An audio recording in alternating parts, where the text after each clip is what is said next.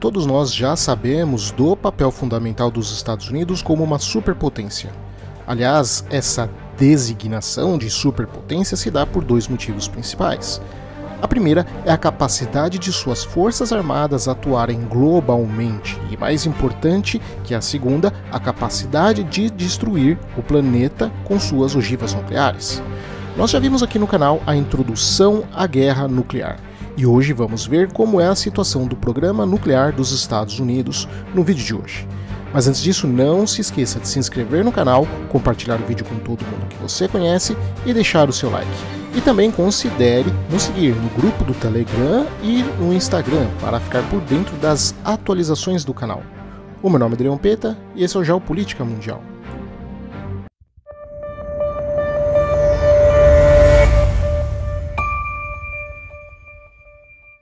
Grande parte da doutrina dos Estados Unidos sobre armas nucleares é relacionada ao chamado Revisão da Postura Nuclear, sendo incluído em 2022 na Estratégia Nacional de Defesa.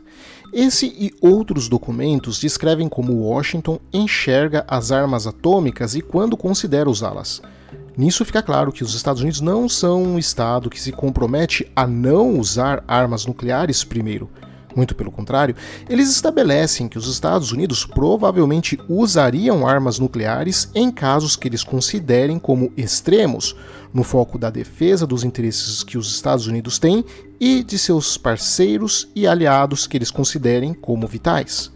Porém, apesar de não garantirem que não usarão primeiro, a doutrina ao mesmo tempo dos Estados Unidos rejeita o uso ou a ameaça de uso de armas nucleares contra países que não tenham armas nucleares e que sejam partes do Tratado de Não Proliferação Nuclear. Ou seja, eles estão dizendo que a aplicação da força nuclear será apenas nos casos de uma outra potência nuclear ou se for um país que esteja violando o Tratado de Não Proliferação ou ainda que talvez esteja tentando se tornar uma potência nuclear. O documento americano descreve que a necessidade de armas nucleares foi recentemente impulsionada pelo fato de que os Estados Unidos agora possuem pelo menos 2 concorrentes nucleares principais, e ainda precisam lidar com uma Coreia do Norte nuclear.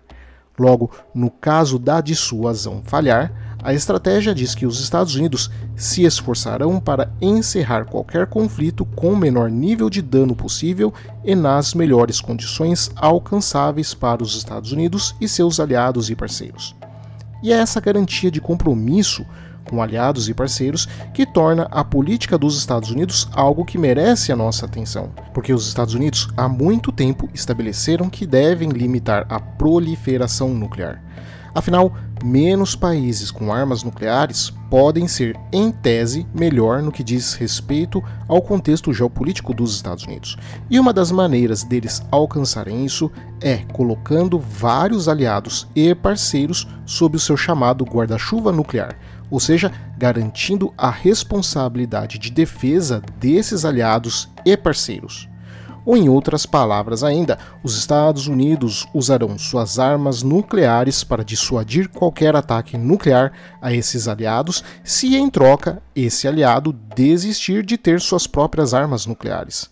É claro que isso ajuda a reforçar as alianças e a influência americana ao redor do mundo, mas, por outro lado, exige um arsenal nuclear capaz de fornecer esse tipo de proteção. Os Estados Unidos frequentemente posicionaram armas nucleares em países como Bélgica, Alemanha, Itália ou Japão sob o controle de pessoal americano, mas que seriam dadas às aeronaves dessa nação anfitriã em caso de conflito. Para atender a esses vários compromissos estratégicos, a Federação de Cientistas Atômicos estimou que, em 2023, os Estados Unidos tinham o segundo maior número de ogivas no mundo. A doutrina americana consiste no chamado Triângulo Nuclear, que engloba 400 mísseis balísticos intercontinentais baseados em terra do tipo Minuteman III, mísseis Trident lançados a partir de submarinos balísticos nucleares da classe Ohio da Marinha dos Estados Unidos e uma mistura de mísseis de cruzeiros nucleares e bombas convencionais entregues por bombardeiros da Força Aérea ou por algum caça multifuncional. No total, isso equivale a aproximadamente 1.770 ogivas implantadas, mais 1.938 ogivas reservadas caso as primeiras 1.700 armas de destruição em massa não sejam o suficiente. E uma reserva adicional de mais 1.500 ogivas apenas aguardando o desmantelamento.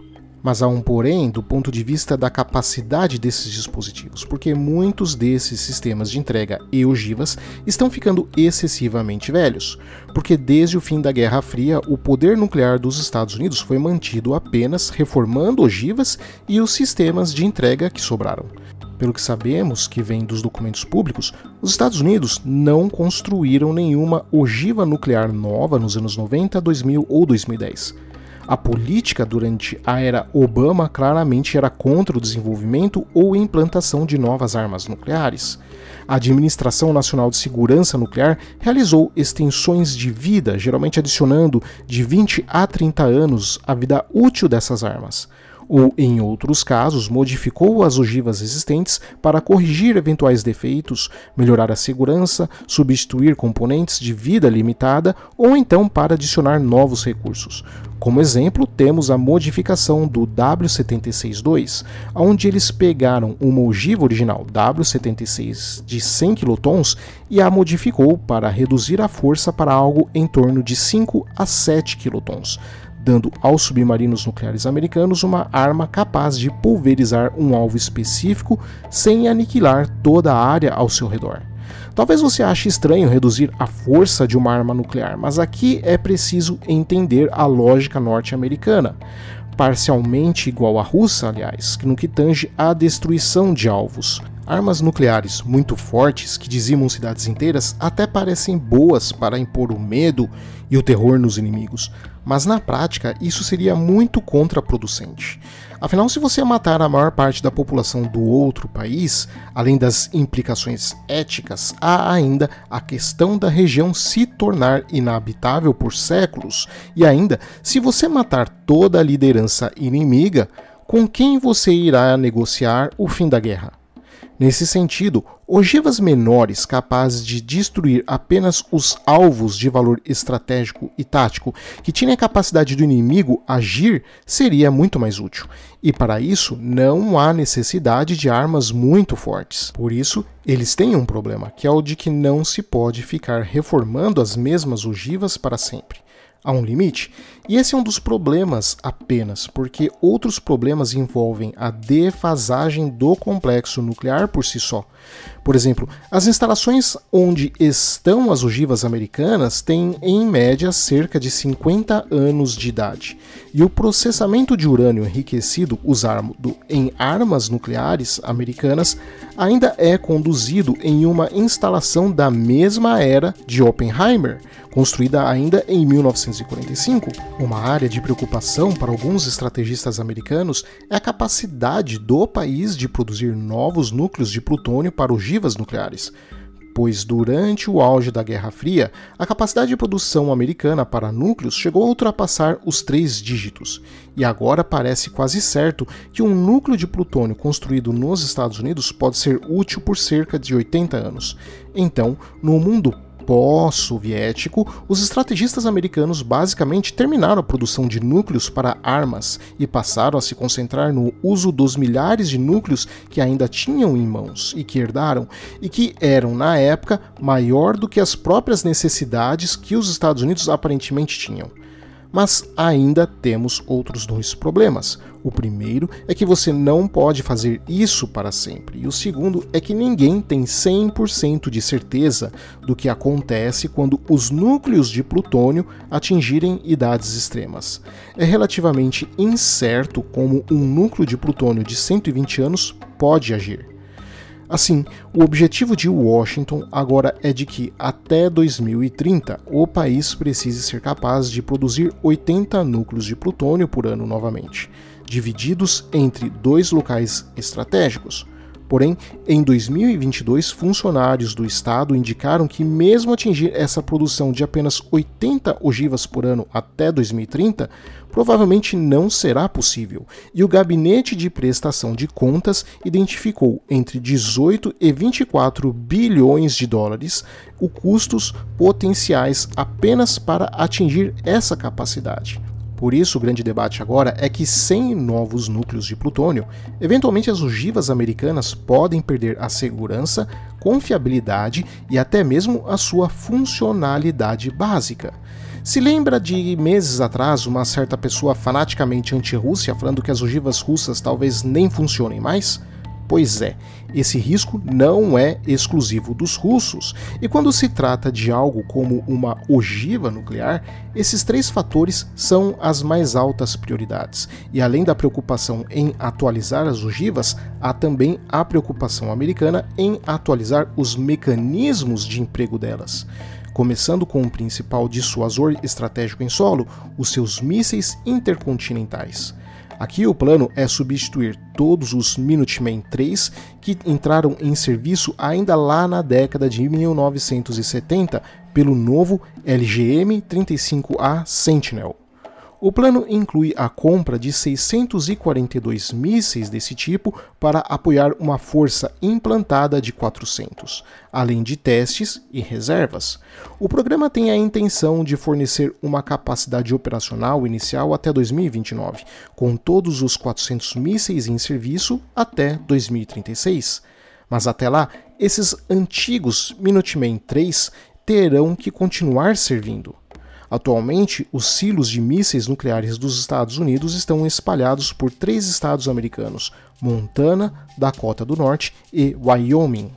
E a doutrina implica que o foco dessas instalações é primeiro abrigar o dissuasor estratégico baseado em terra e dar acesso à América do Norte a uma arma nuclear capaz de entregar com precisão grandes ogivas em qualquer lugar do mundo.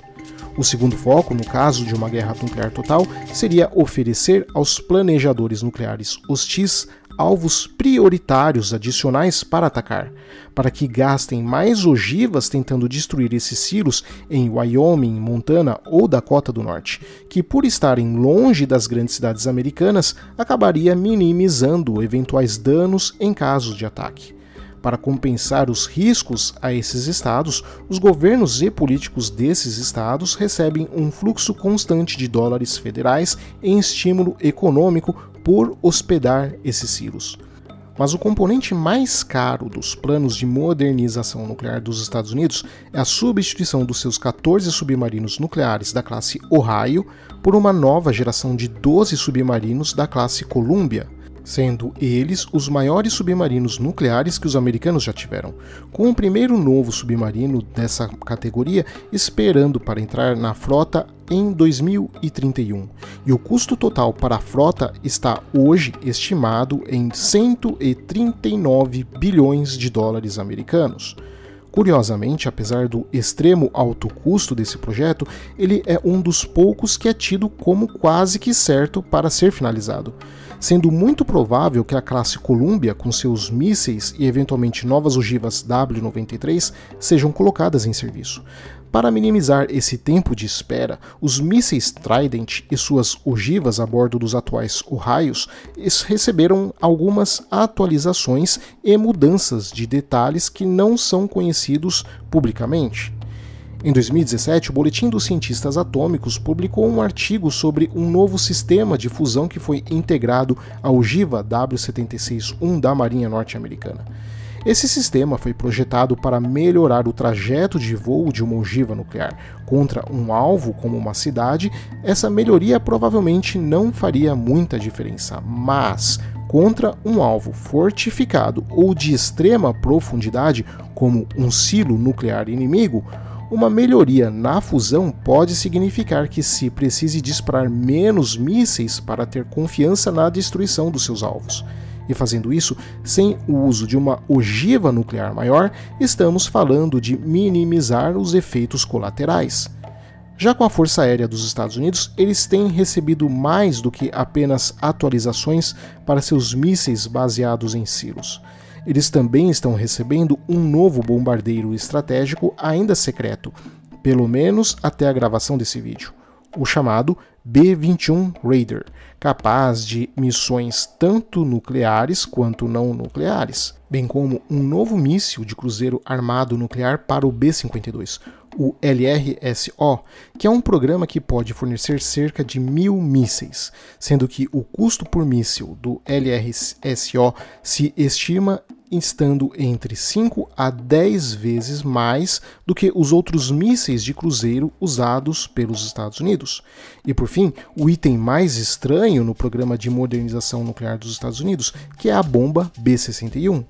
Estas armas nucleares convencionais lançadas por aeronaves que foram projetadas durante a década de 1960 e estão passando por outro programa de extensão de vida e um kit de orientação para dar a elas a mesma precisão que a bomba convencional JADAM. Essa arma pode ser usada em uma infinidade de cenários através de caças F-35 ou de alguma outra plataforma de entrega equivalente dentro do alcance de bombardeio do alvo. Num primeiro momento, a decisão de continuar retendo e modernizando as B-61 é o sistema atual usado nos acordos de compartilhamento nuclear com os vários países da OTAN. É a única forma planejada de dar ao F-35 um papel de ataque nuclear. Além disso, esses programas nucleares dos Estados Unidos, estimados em 2021 pelo Escritório de Orçamento do Congresso, teriam um custo de aproximadamente 60 bilhões de dólares por ano para o arsenal nuclear dos Estados Unidos entre 2021 e 2030. Principalmente impulsionando por novos mísseis e submarinos. Mas 2 anos depois, a estimativa para 2023 a 2032 subiu para 76 bilhões de dólares por ano. Isso não é apenas o custo de modernização. Esse custo é para manter a capacidade nuclear atual que foi herdada da Guerra Fria, sem que haja perdas ou danos na estrutura nuclear. Um custo absurdamente alto, mesmo para os Estados Unidos, que, como eu disse no início do vídeo, pensam que é necessário para poder se manter em concorrência com 2 rivais maiores, a China e a Rússia, que será o país que falaremos no próximo vídeo. Obrigado a todos, espero que vocês tenham gostado e não se esqueçam de se inscrever no canal, compartilhar o vídeo com todo mundo que vocês conhecem e, se possível, virar membro do canal. Não só você terá acesso antecipado aos vídeos públicos, mas também terá acesso aos vídeos exclusivos para membros. Obrigado a todos, abraços e até o próximo vídeo.